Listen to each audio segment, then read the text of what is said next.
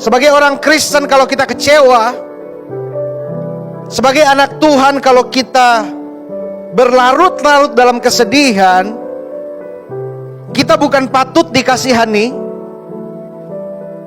tapi kita menjadi orang-orang bodoh. Sebagai anak-anak Tuhan, kalau kita baik sama orang malah jahatin kita.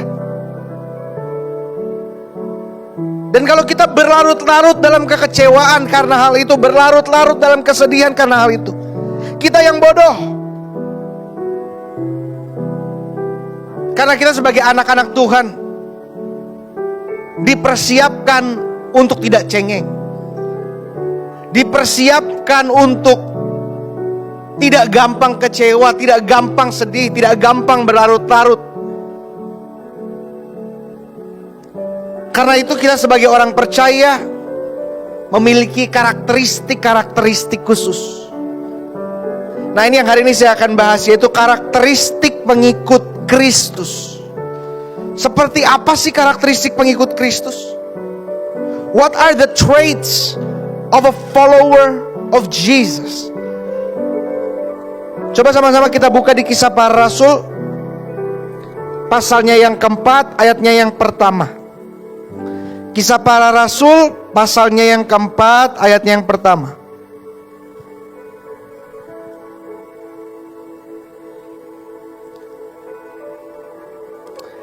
Ketika Petrus dan Yohanes sedang berbicara kepada orang banyak, apa yang Petrus dan Yohanes lakukan? Mereka sedang memberitakan firman, memberitakan Injil kepada orang banyak. Dan ini kalau bisa saudara lihat kisahnya ini setelah ada orang yang disembuhkan. Karena ada orang yang disembuhkan, banyak orang berkumpul dan mereka memberitakan firman. Nah, kita balik lagi lihat ke ayatnya. Mereka tiba-tiba didatangi imam-imam dan kepala pengawal bait Allah serta orang-orang Saduki. Jadi yang mendatangi mereka ada imam-imam, ada kepala pengawal bait Allah, dan orang-orang Saduki. Ketiga ini bukan satu kelompok. Mereka berbeda kelompok, mereka berbeda jabatan, mereka berbeda tanggung jawab. Namun yang menarik di sini, mereka bersekongkol terhadap Petrus dan Yohanes. Nah, seringkali orang akan bersekongkol untuk melawan kita. Orang akan bangun gengnya. Orang akan berkumpul dan ngomong-ngomong, sini kayak gini ya, sini kayak gini ya, menggiring opini untuk menjelek-jelekan kita. Seringkali orang akan bersekongkol, dan kadang-kadang yang paling menyakitkan kalau orang yang bersekongkol bukan orang-orang di luar sana, tapi orang-orang di dalam sini. Artinya apa? Keluarga kita sendiri, om kita sama keponakan kita, bahkan orang tua kita sama om kita sama tante kita menjelekkan kita. Dan saya harus bilang sama saudara satu hal. Banyak dari kita pikir, mereka ini dipakai setan. Saya agak berbeda dalam berpikir. Saya justru berpikir mereka dipakai Tuhan untuk mengikis karakter kita. Mereka dipakai Tuhan untuk membentuk dan membuat kita tangguh. Lewat perbuatan-perbuatan keji, kejam, jahat mereka, Tuhan mengizinkan dan Tuhan memakai mereka untuk demikian. Sama seperti Tuhan memakai Firaun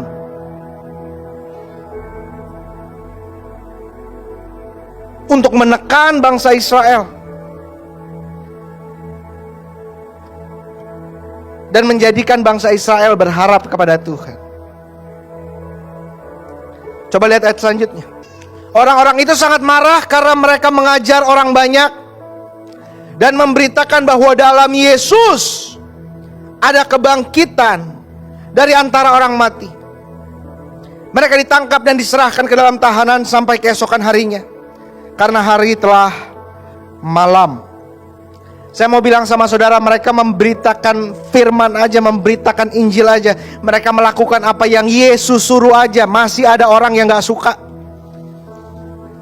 Sebaik apapun saudara, sesempurna apapun saudara, serohani apapun saudara, sedekat apapun engkau dengan Tuhan, masih akan ada orang yang tidak suka dengan kehidupanmu. Masih akan ada orang yang nyinyir dan menjelek-jelekan engkau. Masih akan ada orang yang memfitnah dan menggiring opini-opini tentang kehidupanmu. Jangan kita pikirlah, saya udah taat sama Tuhan kok, orang masih gak suka sama saya. Justru saya selalu bilang gini, makin kita taat sama Tuhan, makin kita dekat sama Tuhan, makin banyak orang gak suka sama kita. Karena apa? Yang kita pikirin bukan perasaan mereka, yang kita pikirin kehendak Tuhan yang kita lakukan. Kalau kita menjadi sedih, kecewa, kecil hati karena dimusuhi orang, maka kita bodoh. Karena kita lebih memikirkan perasaan manusia daripada kehendak Tuhan. Wah, kesian, nanti dia sedih, nanti dia gak enak. Tapi kita gak pikirkan kehendak Tuhan itu apa. Bagaimana kalau saya menyakiti hati Tuhan? Bagaimana kalau saya mengecewakan Tuhan?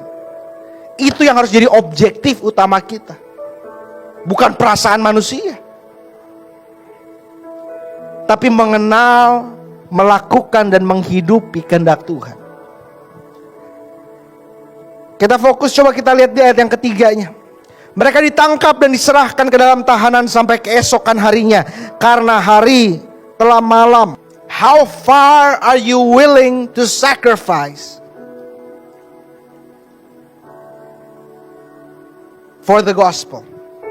Sejauh apa yang kita rela korbankan demi Injil, demi memberitakan firman, demi bersaksi, demi melakukan kebaikan agar nyata Bapa kita adalah Bapa yang baik dari anak-anaknya, dari perbuatan kita, dari kelakuan kita, dari kehidupan kita. Sejauh apa kita rela berkorban? Apakah kita rela kehilangan uang karena kita menolak korupsi? Apakah kita rela menolak hal-hal yang mungkin membuat kita terlihat seperti, wah dia fanatik ya, wah dia orangnya aneh ya? Apakah kita rela berkorban sedemikiannya sampai kita diomongin orang? Kita negur orang yang salah, sampai dimusuhin orang, dibilang wah dia orangnya sok ngatur, sok suci, sok kudus. Sejauh apa kita siap berkorban untuk Tuhan? Petrus dan Yohanes ditangkap, dimasukkan ke penjara. Dan nanti pada hari penghakiman, Petrus dan Yohanes pun akan ada bersama-sama dengan kita. Dan nanti di sorga kita bisa cerita-cerita betapa lucunya. Mereka cerita, oh demi Injil kami disesah, demi Injil kami dikuliti, demi Injil kami disalib terbalik, demi Injil kami dipenjara, demi Injil kami dicambuk, kami dipukul. Dan kita dengan menangis dan dengan cengeng bilang, demi Injil saya diomongin orang. Mereka akan tertawa mendengar itu. Demi Injil saya dimusuhi. Gak ada sebanding-bandingnya.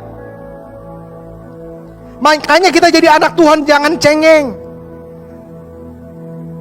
Karena kalau misalnya kita diomongin orang aja kita takut, kita jadi diam, kita jadi malu, berarti sangat cemen dan gak nyata kita orang-orang beriman.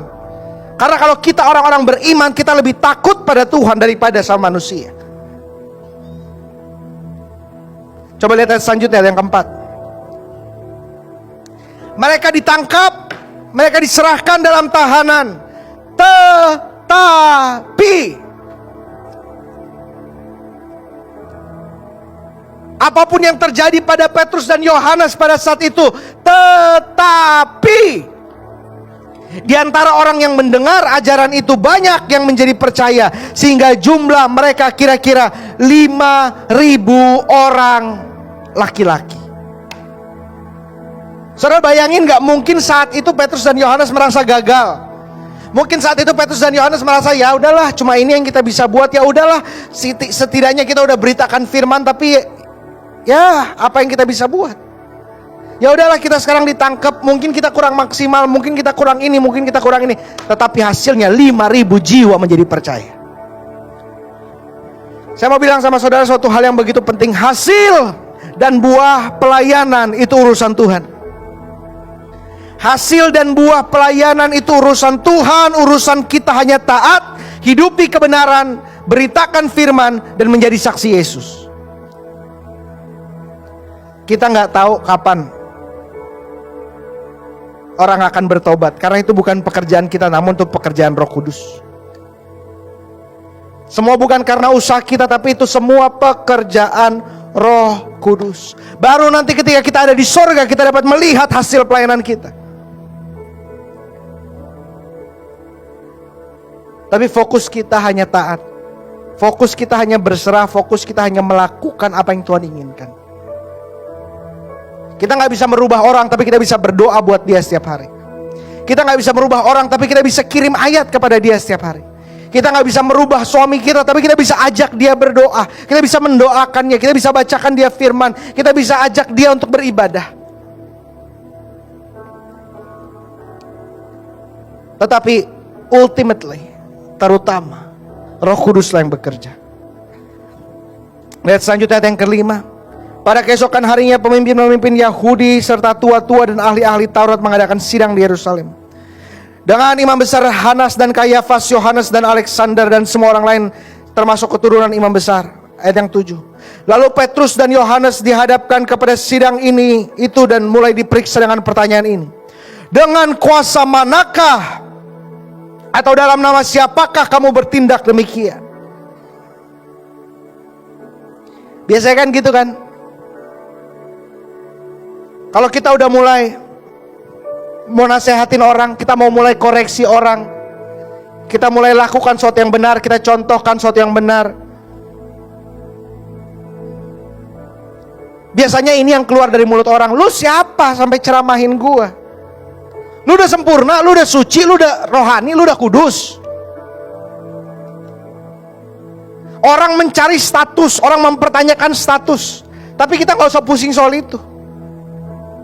Fokus kita bukan membangun status kita, tapi fokus kita memberitakan firman. Bukan cuma lewat mulut, tapi lewat kehidupan, lewat kelakuan, lewat tangan kita, lewat kehidupan kita, lewat pernikahan kita, lewat cara kita mendidik anak. Lewat itu kita memberitakan firman. Kita gak perlu sempurna dulu untuk memberitakan firman. Bahkan saya harus bilang gini, karena sering sekali Tuhan pakai kejatuhan kita dan pergumulan kita untuk menjadi kisah kemenangan dan memenangkan jiwa.